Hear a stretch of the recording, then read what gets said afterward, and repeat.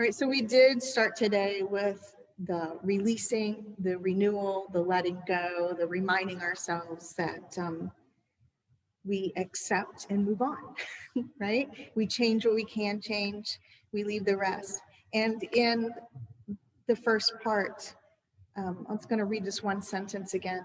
I can now see how our world unfolded perfectly, often in ways better than I could have ever imagined. And that moving past darkness in our life or change is stinking hard. Change is hard. And sometimes we associate that idea of change with darkness because it is hard. But moving into that place of living fearlessly, just like what Nancy said in her light shining moment, that living fearlessly is part of the change, and that's part of the challenge in the change. And probably one of the most courageous things of all that we can do is move fearlessly. And it doesn't mean that we always choose the path less traveled and seek out places where we have to show extra courage. But it does mean it doesn't mean, we always talk about the bootstraps or putting on the big boy or the big girl panties and tackling the world. And it doesn't always have to mean that either. It just means knowing that we can, and that fear is a choice in the mix. And to honor, I think, that we feel fear, because that's part of the experience. We don't have to deny that it's part of the experience, but we don't have to, like Nancy said, buy into it. We can choose around it. We fear a lot of times not being worthy. We fear abandonment or feeling separate. And we fear what it would really mean to trust. So sometimes the three big areas, I think, where we tackle fear and learn how to trust ourselves and trust our human experience and trust that we are worthy to trust and move on. And that we are never separate and never apart. In fact, we are loved so much all the time that love is part of our very lives, and that we are able to choose to see that instead of fear.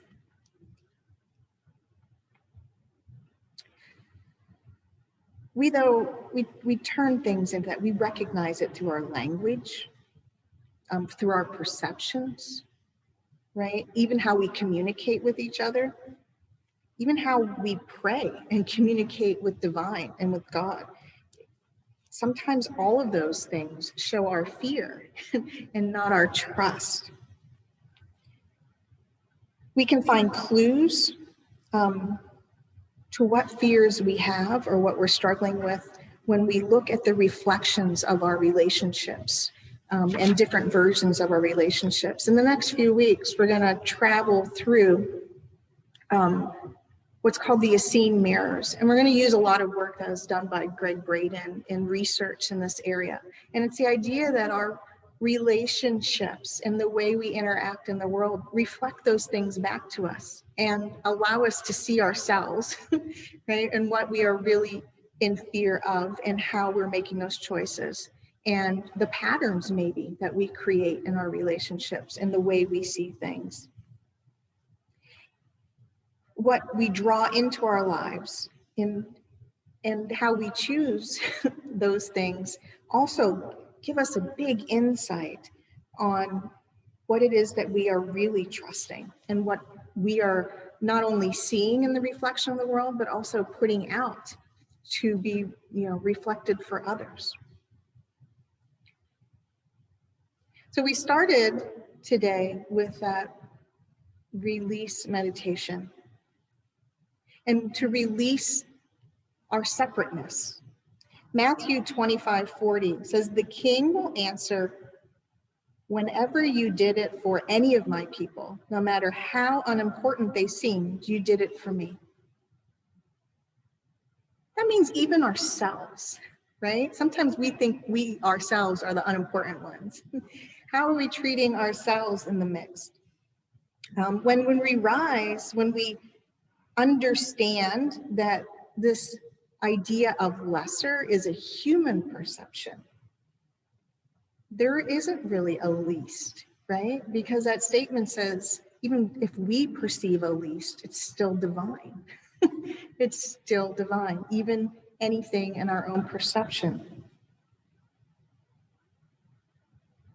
So when we stop rewriting what we know to feel less, when we stop putting things in that measure, we see things more clearly.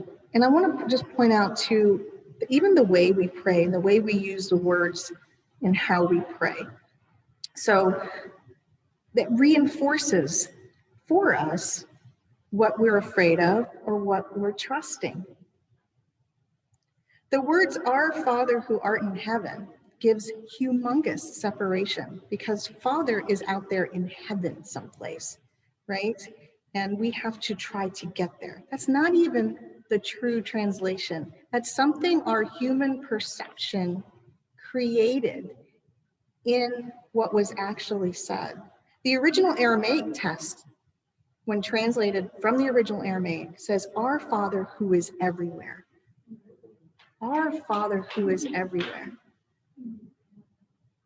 Not heaven, everywhere. Not separate, but with you. You are. I am. This is a quote from Greg Braden. "Our Father is the vibratory field of intelligence that oscillates as each sub-quantum field of our wave particle point grid matrix of reality." It's big words that says, you are it. We are it. It's everywhere. Our Father is the stuff that lives in between the nothing. So what's the nothing? It's those people, the places, the thoughts, etc., that seem, quote, unimportant, the least. The parts that we might not always pay attention to, right? It's that space in between the breath. Reverend Mark Anthony Lord describes his understanding of non-separatists as the word enlightenment. He says, enlightenment takes place when an individual realizes a oneness with God so profoundly that there is an awakening from this dream of separation, never return to it or to be seduced by it again. The illusion of separation is gone forever because you realize that there is no one out there who can hurt, harm, persecute, or save you. It's that aha of all ahas, knowing that the life of God is your own life. So, our Father who is everywhere.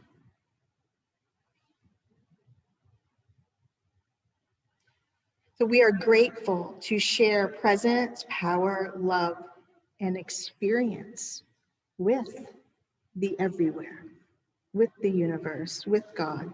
We are the nothing and the everything offered through that consciousness. The fears we have are a way to understand and navigate those choices available in this everywhere, right? So we don't deny them. It gives us a juxtaposition. We accept that they're part of us, part of the polarity of our experience here as a human life, and part of the embracing that we are more and not the less. So we are so much more that we have the ability to choose and to recognize when fear is at play. So when God is everywhere and we are within and a part of the everywhere, that idea of abandonment, that duality of it all, it just isn't real. It just isn't real. And when we do feel it, we can see how it unfolded perfectly, often in ways that we could not have imagined. Now, most of you know I've been through 2 marriages. One ended in divorce and one ended in the death of my husband. The first husband moved with the help of a group of our close friends. So that was a big change, right? And an abandonment moment. So not only was the marriage over, but most of the household left in a moving truck that was packed by mutual friends. I never asked. I never asked what those people were said, and I never asked why they didn't, because you know what, it didn't matter. What mattered was my kids at the moment, and that was the change. My change was a change of focus. So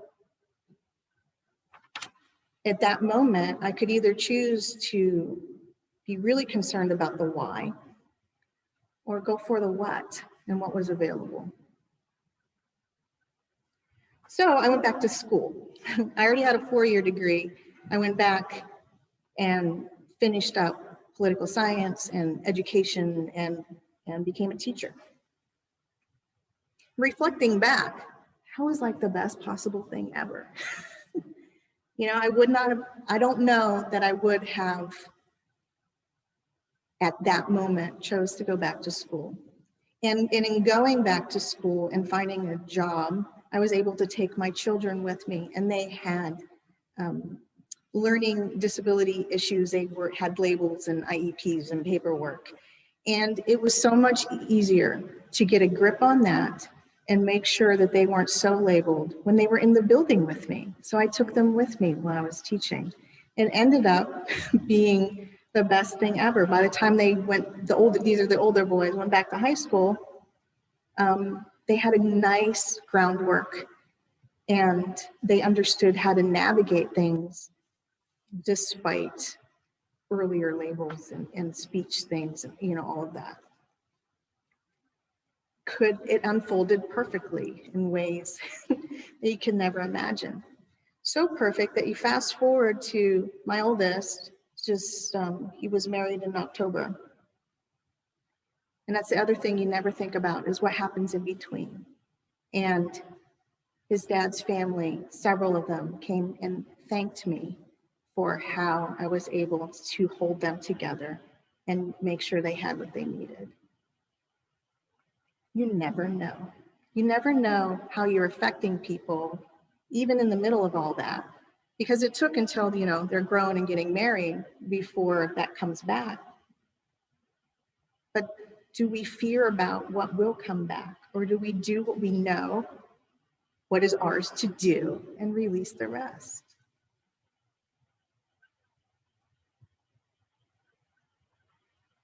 So each shift, each change, even though there may be, quote, darkness, is an opportunity. In the words of Lois Lane, darkness, the truest darkness, is not the absence of light. It is the conviction that the light will never return. But the light always returns. It's always there to show us things familiar, home, family, things entirely new or overlooked. It shows us new possibilities and challenges us to pursue them. Hope and light is real. You can see it. All you have to do is look. We are that bridge between fear and trust. We are. We get to show that and experience that. And only we can walk across that bridge we're building. Only we can do it. I'm going to close with a quote from Fred Rogers. It's really easy to fall into the trap of believing that what we do is more important than what we are. Of course, it's the opposite that's true. what we are is that everything, that divine. And when we recognize that and are fearless in acting on that,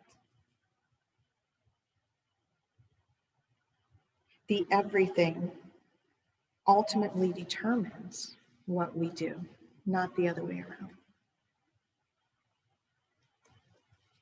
Thank you.